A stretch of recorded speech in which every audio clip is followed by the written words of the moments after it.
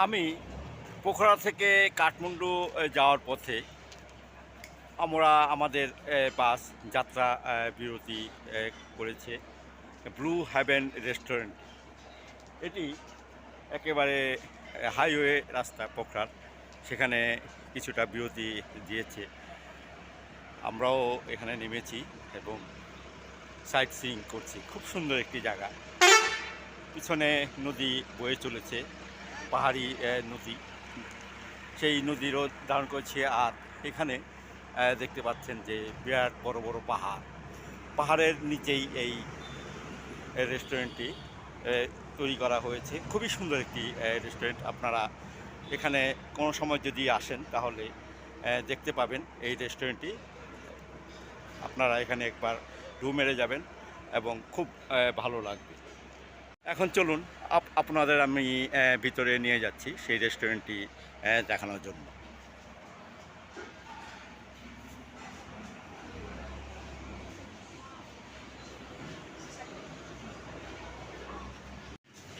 এখানে খাবারের আইটেম আছে, পরোটা, ডাল, ভেজিটেবল রাইস, চাউমিন, পকোড়া, সালাদ এবং এটসেট্রা অন্যান্য জিনিস। দাম পড়বে এটি সেট মেনু 500 টাকা। এই হলো এই রেস্টুরেন্টের ভিতরের অংশ।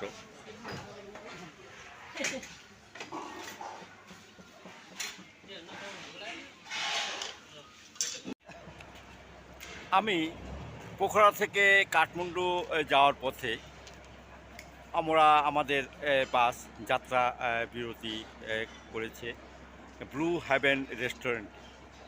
এটি একেবারে হাইওয়ে রাস্তা পোখরার, সেখানে কিছুটা বিরতি দিয়েছে।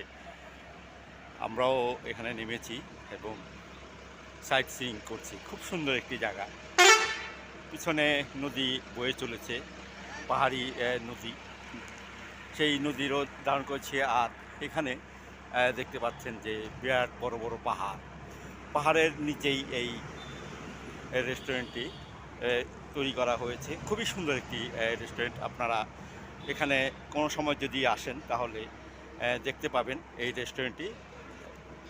আপনারা এখানে একবার রুম মেরে যাবেন এবং খুব ভালো লাগবে।